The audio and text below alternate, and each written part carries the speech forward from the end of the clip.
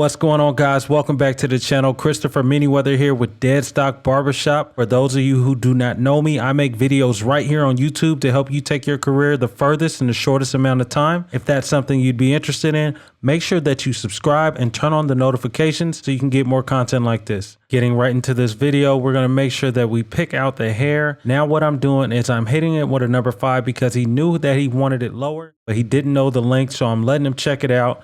I told him he'd want it lower, so he was laughing. But what I'm doing is a number 4. So I'm going to go against the grain because cutting against the grain is going to ensure that the hair is even.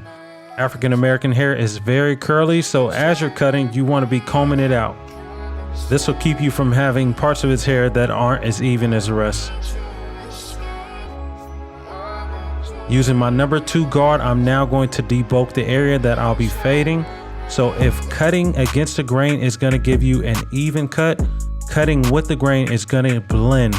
So what I'm doing now is working the area down because I'm going to fade this area out. So this is going to help me ensure that this transition happens. I'm setting up the transition from the fade to the established length. Using the desired method of your choice, make sure that you set in your bald line. Next up, we're going to start on the fade. So I use the wahl senior fading system. Right here it is open, halfway, quarter, and close. And I will do my combo cutting system where I use 2 different clippers. So I'll be bringing that up next. You'll see me switch to my Andis Masters. So I'm halfway open and I'm going right below that all the way open mark. Closed it up a little bit more, which is the quarter way mark. And I'm working my way down.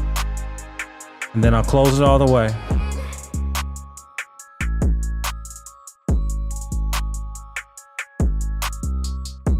Setting in my next guideline with the Andis Masters purple 0 guard on it, I'm going to go up another ½ an inch. Once that's done, I'll use my Andis Masters fading system. Open, halfway, quarter, close, the same system you saw me do with the seniors.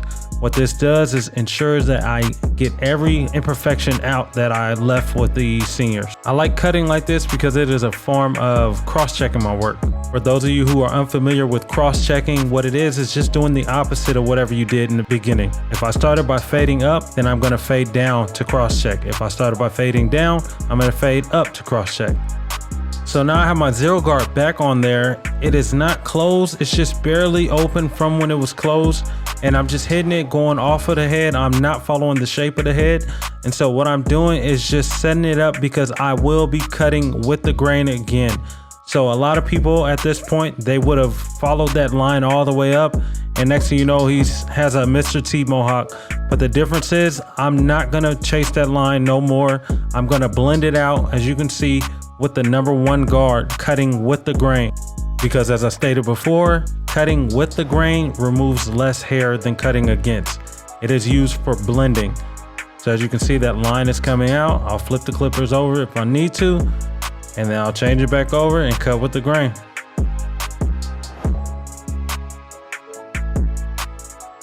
Switching back to the number 2, I'm just gonna blend a little bit more of that weight out of there. And I'm just showing you guys how to fade cutting with the grain. Detailing as I go along. And as you'll see, it's starting to come together beautifully. Right now I'm raking. I'm using the teeth of the guard. The clipper is not flat on his head. I'm on the teeth or the toes of the blade, not the heel of it. I'm going to do the same thing back here in the back area and just begin to smooth it on out. One thing that is always crazy to me, it seems like certain people will have one side of the head that takes more work. When I get to the right side, I don't even have to do nearly as much work as I did on the left. You guys stay tuned and check that out. Using my Red FX trimmers, I'm going to shape up the back of his hair. That's one of the benefits of cutting African American hair. You can freehand it. You really can't do a lot of that with straight hair unless you're shape cuts. If you're unfamiliar with him, check that guy out on Instagram. He does all of his haircuts with no guards at all. It's crazy.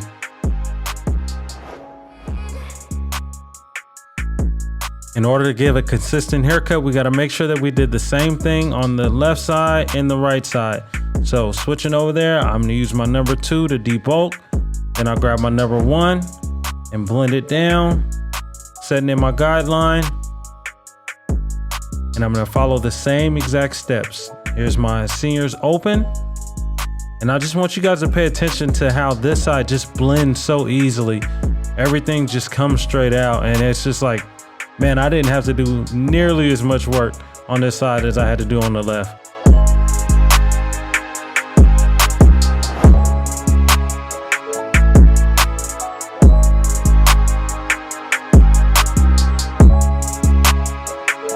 Number 0 guard, going up another inch, half an inch. I'm gonna fade that in, but even that line, it wasn't as harsh as it came out on the other side.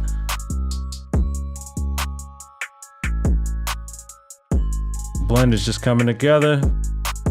And if you can't tell, I'm actually not using the whole blade. I'm using the first 3 teeth on the left or right side as I'm going in detailing that fade out.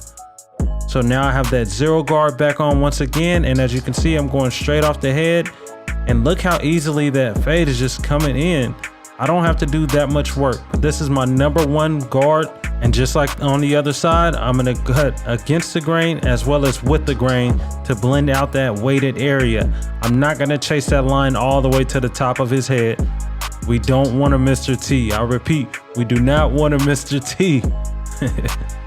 And this is where the magic happens. You want to make sure that you're detailing your haircuts, looking for dark spots, looking for light spots, changing the angle on your clippers. Sometimes I'm on my heels, sometimes I'm on the teeth of the blade, and I'm just making sure that I can tie this all together, connecting that top with the sides. I don't want it to just be faded on the sides and then look like a heavyweight line at the top or on the ridge of the hair. So as you can see, I'm free-handing it, smoothing it out as much as I can. Looking at, even as I'm edging up, I'm looking for dark spots. As you can see right here, I'm fading that line out, and then I'll go back to what I was doing, more detail work. This is what separates a good haircut from a great haircut. You're taking your time and doing the little things. It's the little things that will make your haircut pop. Also, you just don't want to make sure that you're watching from the side or the back. Come to the front and look at his hair. Make sure that it's smooth from every angle. Change your perspective, change your vantage point, because he's gonna see it from this view. So you definitely wanna make sure that everything is taken care of from this area. Starting with the edge up, as I always say, I like to start in the middle. You don't have to. I definitely recommend it. It's a good way to see what you're doing on both sides to ensure that that line is straight as you can make it. I'll work my way left or I'll work my way right. It's really up to you from that point, but you're just stepping back, checking your angles, making sure that he is good. So right now I'm gonna start that C cup and just curve it on around. Pretty simple. Working my way over to the corners, and I'll meet it, making sure that I have an angle right there. You don't want to make it straight up and down, or else the edge up will look like it's leaning towards you. So right there, I see a little hair that I could have knocked off. I want it to be as smooth as possible.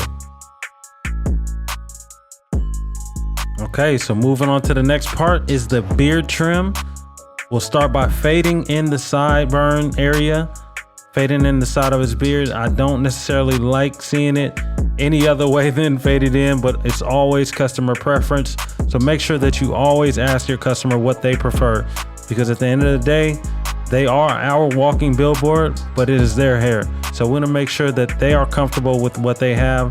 And so I always make suggestions, and I always show pictures if they don't have any idea, and we try to get on the same page. So right there, I'm asking him where do he want to bring his beard up to, or if he wants to keep it low or jawline, because once again, it's their hair. So we want to make sure that he's comfortable with what he's walking out of the shop with. Moving on to the next part of the beard, I'm edging it up. He wants to keep it as wide as possible. So as you can see, I'm staying on that top line and I'm hitting it over and over, making sure that I'm not pushing it down, but just making it sharper, making it cleaner. And as you can see, it's standing out. This is without any spritz or any enhancements. This is just a simple natural haircut. And yeah, his hair is dark enough to where it's gonna stand out. Hitting his mustache a little bit. And then he wanted the inside cleaned up just a little. And we're gonna continue the same steps on the other side of his face. So I'll be quiet and you guys just watch and enjoy this content.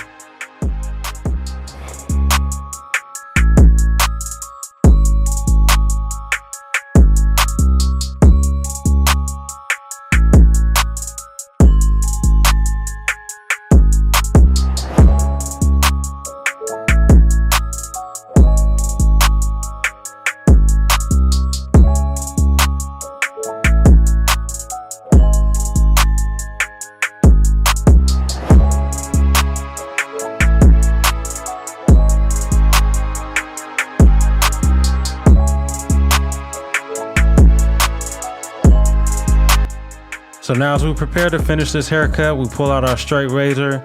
This is a dry shave. I like to do dry shaves when I'm using my straight razor. I would not do this if I was shaving someone's whole entire head, but I do enjoy doing it whenever I'm doing the razor lining. So as you can see, I'm stretching my hand, making sure that I am providing enough tension so that that razor can glide across the skin. I get a lot of customers asking me about styling the hair with a sponge. I'll do it for them and they swear they can't do it when they get home. So this part of the video is for any of you guys who are struggling. I put product in there. That was Johnny B. Fuddy. I rub it into the head and I get it in there. So when you sponge, you either want to go clockwise or counterclockwise. It's up to you. Just make sure you do it all the way around. And also, you don't have to push hard. I'm not pushing. I'm allowing the hair to go into the holes of the sponge. And that's what's giving it a nice tight curl. If you want a curly look, use product. If you want a kinky look, don't. And just in case you guys forgot what he looked like, here's the before. As barbers, we don't control who walks into our shop, but with a thorough consultation and proper execution, they can leave out looking like this. Thank you so much for watching this video. If any of it was valuable to you, be sure to like and share. And for more videos like this, please subscribe and click on my playlist titled Tutorials. Thank you so much for watching. I'll see you guys in the comment section. Thanks and God bless.